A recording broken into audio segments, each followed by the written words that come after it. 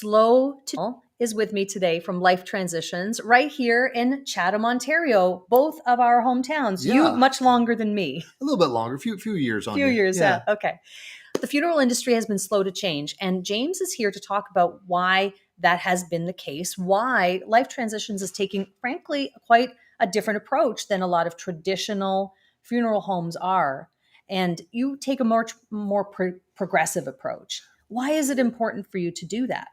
Well, I guess one as as kind of the captain of the ship here, the company kind of matches my personality, which is kind of like that. My years in the traditional funeral industry, I never felt like I really 100% fit in with the really buttoned down funeral directors, Right. but wanted to serve like they did. And we're not opposed or anti traditional funeral home at all. They're wonderful places, but they're just one option. So we've talked many times about how the culture seems to be asking for different things, and if an industry, any industry, is slow to deliver that, they're going to find it somewhere else. So we just kind of been bobbing and weaving a bit quicker than the massive industry. When James says we've talked about this many times, what he's referring to is the fact that we've been actually working together on his digital strategy for a little while now, many months. And I have been privy to a lot of the knowledge and insight that is inside this body. Sure. And his team, which are behind the scenes and behind those beautiful barn doors. It's so intriguing to me how you're taking this approach. Why, when we talk about the funeral industry in terms of why it's been slow to change, I think about these big monstrous funeral homes and Sure, very yeah. elaborate and Yep. intricate wood. You have a different aesthetic here. Right. You're not in a gigantic building. These are important questions and observations for Yeah. you. Well, and as you guys know, if you're fans of this fine lady, she's a top of her game. She's an expert. Stick with her for sure. She's a Well, thank excellent you. heck of an expert in all the categories of Well, thank you. these things. But you're right. The almost like the paradigm we say of the traditional funeral home are all those things. It's very somber. A lot of closed doors and doilies and things like that. Again, I got to be. Yeah, so they're coming in to get the bill also. Yeah. Were they like that? Or just kind of. Oh. Of a traditional funeral home can seem kind of daunting and imposing and makes a lot of assumptions on what you want to do anyway. So our context alone, we're in a neighborhood plaza here where we've since 2016, if people have walked in and said, wow, I don't feel weird here. I don't feel like, I should be on my guard or clutching something or whatever, because we're very disarming. Yes. Our neighbors' wine kits, they're great people. People make wine next door. We have a pharmacy and a Chinese food. We're just in the neighborhood. So um, at the core of everything that we're going to ever do is connected to, sadly, someone's passed away. So we're always stuck with that. But it's the idea that we're not stuck with that paradigm that has been expertly designed and built and maintained for generations, that when someone died, you went to a place like this and you did these things and it cost this much. That's it. Is this a direction whose time has come? Oh yeah. And how far behind do you think the industry is to what the public may have been demanding or asking for without much response? Yeah. I wish I knew like the number of years, but I think it's literally years behind. Mm-hmm. And again, the analogy of the massive ship that has to turn, it does turn, but it just turns very slowly and efficiently, but it turns slowly. Where a smaller vessel like us, we're more limber type of thing. I think of 20 years ago when I started as a funeral director. I remember just being the new guy, listening to the manager I was working for, and he was mad about it was going to cost, I think, $1,700 that year for the Yellow Pages ad. Right. That's how you found the funeral home, which you went to the Yellow Pages. That's called a phone book. Remember that? Yeah, remember that? And at the same time, there was a web page for the funeral home that I worked for, and someone had really pushed to make that happen. I heard other older wiser veterans of the funeral industry saying, who the heck needs a website? Why would anyone put an obituary online, whatever online means? And so, like, that was 20 years ago, of course. So, and you can't curse people for not realizing that the internet wasn't a fad.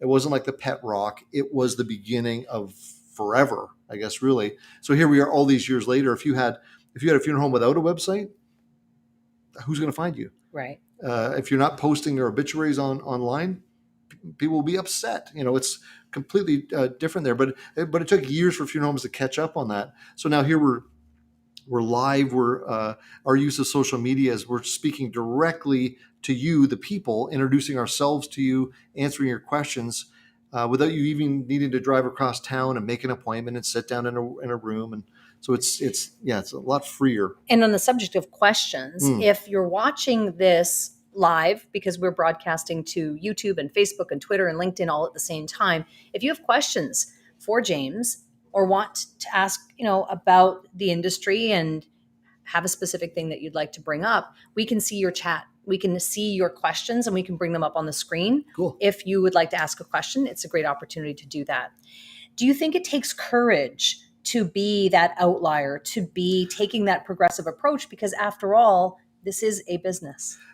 That's right. Yeah. To be an outlier in the industry. Yes. Kind of thing? Yes. Well, I used to have funeral friends, and I don't really anymore. Not because I'm a jerk. My wife and kids like me, and my staff likes me. But I like you too. Yeah, and you like that's nice. I was warned when we first started, when I told a few small selected people that we were going to launch out with this new version of the funeral home. Some wise people said, you should probably say goodbye to your funeral friends now, because no one is going to talk with you, like within the industry. Not because, just because this is a different approach. Funeral homes know that the families of our nation are asking for different things, but it's hard to change quickly. And that prophecy was true. Yeah, we received some real opposition initially, which really freaked me out, because I'm like you guys. You got 10 people in the room, 9 of them love you, but that one guy in the corner really hates you. You can't. All you can think about is that guy. So I'm like those people too. So it really bothered me. But then we had other people say, James, if long established businesses are that threatened by your little company in a plaza, maybe you're onto something. So I kind of turned it around and thought, okay, we're onto something. So I suspect that you are onto something, because I know that you recently earned an award locally. I think you were unaware that the award was even going on. Sure, and then all of a sudden, surprise, Yeah. you were listed as the first. Yeah, in well, that I category. guess technically we were second, but there's something called platinum, but we were gold. Gold's better, isn't it? Gold's way better. Gold's way better. Well, yeah, that was nice. We didn't have to sort of solicit people like, would you please click on this thing? People on their own said, well, if I had to choose, I'd pick that place as number one. And that was great. It's kind of nice little, we're really like the Sally Field thing. You like us. You really like us. That's right. Well, it's validation of the direction. And you've been doing this in this capacity since 2016. Yeah, that's right. And so what are the challenges that you face today in terms of communicating your vision for how funerals are conducted, cremations are conducted to the public out there? Well, because of that funeral paradigm is so strong that people, no one wants to think about death and dying in funerals anyway. So usually people have an experience, they log that away in their funeral file. That's it. It's a completed file. Even if there's some misunderstandings in there, that's their whole file. So a lot of people don't want to talk about death anyway. But then, and with us being such a different provider, to this day, we have people say, "Oh, you only do cremation." Just a misunderstanding. Our full name is Life Transitions, Burial, and Cremation Service, right in the name. But people just make the assumption, well, you're not like a regular funeral home, so you must not do all the other stuff. So that we're constantly trying to gently correct people with that. So the biggest thing is just kind of really explaining to people that we're like any other funeral home. We're just the most modern version of that. We do all the same things, but people, I've been at a graveside, a physical graveside, with a casket about to be buried, and people saying, "So are you just cremation?" I'm thinking, you see the dirt, right? We're right here. Yeah. So it's a fierce thing for people to break out of that. So understandably, funerals have done a certain way for a long time. Yeah, long time. How how do you deal with the emotion that comes with, because you will have people, I presume that this room here could be a visitation room Yep, and you absolutely. use it in that capacity. Yep. How do you deal then as a company with the high emotions that people bring to these life events, Well, or it's a in lot this of case death practice. events? Yeah, Yeah, sure. Well, they're both really. it's a lot of practice, really. It's Mhm. you can go to school and read every book that you can get your hand on, but until you're sitting across from someone whose mother just passed away, and you're listening and you're looking in their eyes, it is the only way you can learn is by doing it. So we've had a lot of practice listening, and active listening goes a long way. I don't need to be an expert when someone's telling about their heartache of just losing somebody. So often I'm just listening with someone, looking directly in their eyes, listening to the story, really, really hearing it. So when I see them next time, I could say, you know, were you able to get the dog out? Because I know you're really upset about the dog, and just really kind of connecting as a human being with other human beings, as opposed to this is just a business transaction. Right. People see through that. I would see through it myself. So it's endless practice of dealing with every walk of life, which we do, and some people. Grief. You've been through grief, Mm-hmm. where Mm-hmm. sometimes you're destroyed by it. Mm-hmm. Sometimes you're angry.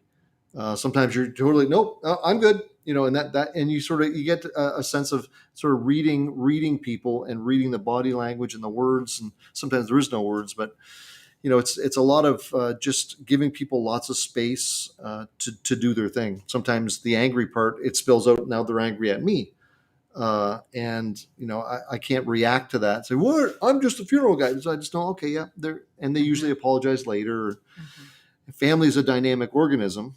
You can sit down in a room full of family, and sometimes it's this wonderful Waltons kind of thing, and other times it is World War III. And so it's we because we serve literally everybody. Everyone is our client, and every family is different. So practice, practice, practice. I want to touch on values, Mm, because family is obviously a huge value that you cherish in your sure. company, and Yeah. you do a lot for the community and you're involved in the community. And you just gave a good example of, seeing someone on the street and then being able to recall the situation that they were in and making note of that. Like, what about the dog? Did we able to sort that out? Sure. How important is it to be cognizant and to do things like that, to recognize people on the street, acknowledge them? How does that impact the work that you do? Well, I think it's a vital, for lack of a better term, a tool. It's a uh, yeah, it's a way of. I know I love to see someone that we all do this. You see someone think, oh, Cheryl's so, but she sees so many people, she's not going to remember me. And then you go, hey James, how's it going? How's your dog or whatever? I'm like, you remember me? Right. You heard and we connected. I love that. So I'm normal. I think most people are normal. So I know other people like that too, or little things like I meet someone and I'm remembering our conversation and I say, you know what, your son speaks very highly of you because they've told me what an awesome person that that they are in the family, and receiving that third party praise. You love that. I love Mm-hmm, that. mm-hmm. So I think other people do too. So they're not deceptive or what's the word, manipulative to. Yeah, Yeah, I think manipulative. like they're just simple human things, like old world stuff where because I've heard you, and thankfully right now at 52, my memory still works pretty good. God willing, it'll stay with me. But it's those little interactions where people say he's just a regular person. I wasn't sort of like, hey, file number 397, you haven't paid your bill yet. Like that's not. Right. So yeah, That aspect of how you conduct business and how you connect with the community might be as traditional as it gets around here. sure, yeah, I guess so. Yeah, yeah, And everything else seems so modern and progressive. Frankly, for me personally, sure. comfortable. Oh, good, good, When good. and just so you know, this is the first time I'm physically in Yeah, this building yeah, today. yeah. So when I came in, my immediate thought was it's an upscale home. Oh, That nice. that was the impression that I got. Okay, And good, I think good. you can probably tell by the decor, but like that made me feel really comfortable Oh, good. and not at all like a funeral home, Like creepy. right? Like not creepy, Yeah, not at well, all. that's great. I So appreciate knowing that. Yeah, that's for awesome. sure. So I want to ask you about your your vision, like where things are going for your company as in the next, say, 5 years, 10 years. Sure. What challenges do you think you're going to face, and how does it look? Well, when we opened in 2016, we're in a plaza here, if you can imagine, and if you Google us, you'd see where we're at. We initially started off with 1,000-foot square space in a plaza, and we've now expanded to the second unit, so 2,000 square feet, so that incorporates our office and other things like that. And so the plan is that we will just continue to expand, and not so much here in the plaza, because then we're not going to pay rent forever. But expansion is on our horizon. So the challenges with that would be the expansion, like of any business, I guess. That we like the idea, the concept of running a debt-free company, and so we move slowly enough that we're not overextending ourselves, and in every category. Sometimes our own schedules become so jammed with folks that we wouldn't want our success to become the beginning of our demise. Right. Where suddenly people are like, yeah, he forgot my name. He didn't ask me about the dog. There's been, this is a video I wanted to make, but I'm been kind of chicken.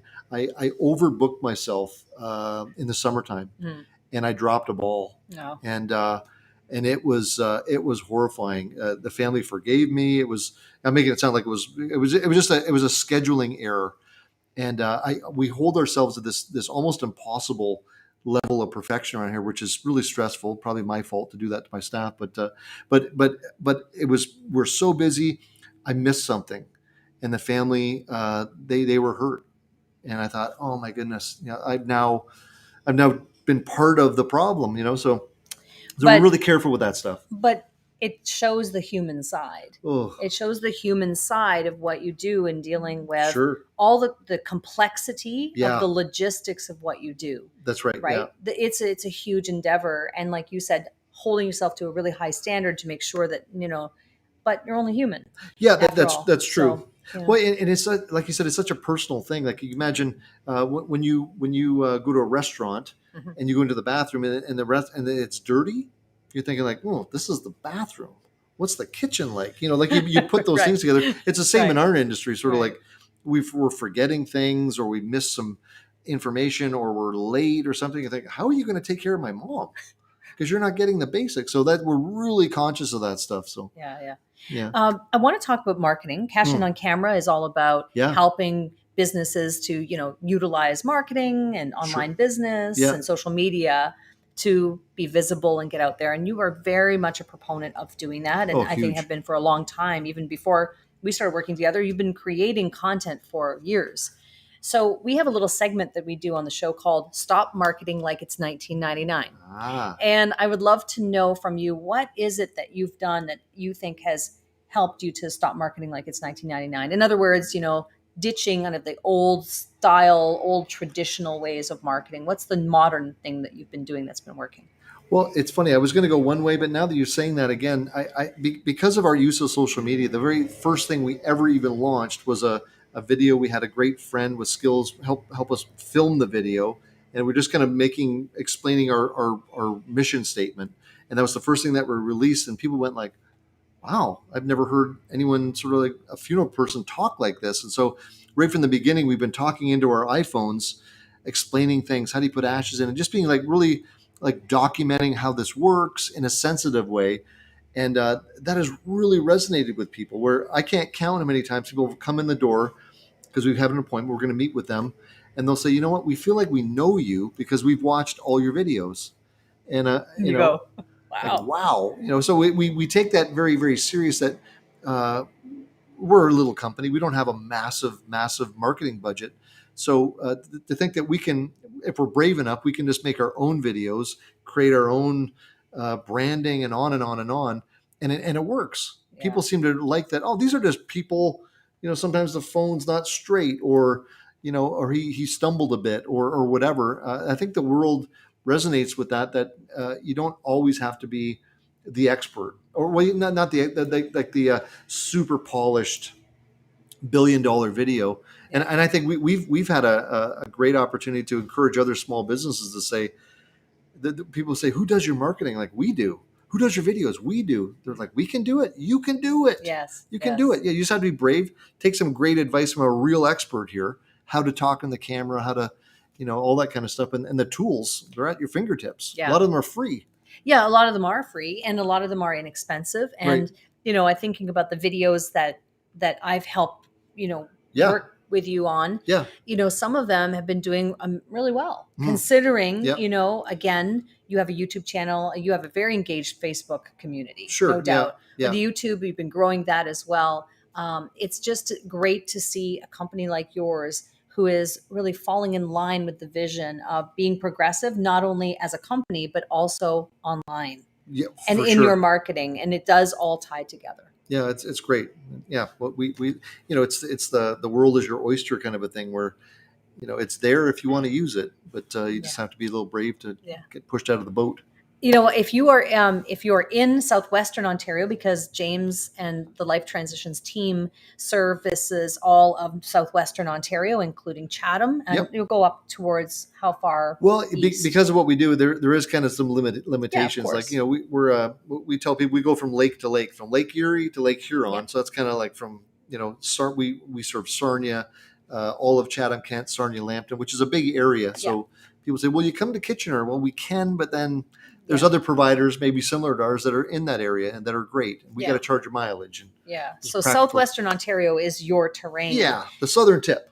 There you go. There you go. And if you want to find out more, you can go to lifetransitions.ca. Yeah. Go and also check out their YouTube channel. You should. You really should. You know what? You've been creating some really high quality content there. I know we're in the early stages of growing that channel as of the recording of this video, but you should check it out because you have just put down a lot of knowledge and insight and wisdom in those videos that really can help people make better decisions about after death care. So I really appreciate you being on today. Awesome. This is great. Thanks for coming down. Yeah, no, and it's great to meet you in person finally. That's right. All right. Thanks so much, James. You take care, Sheryl.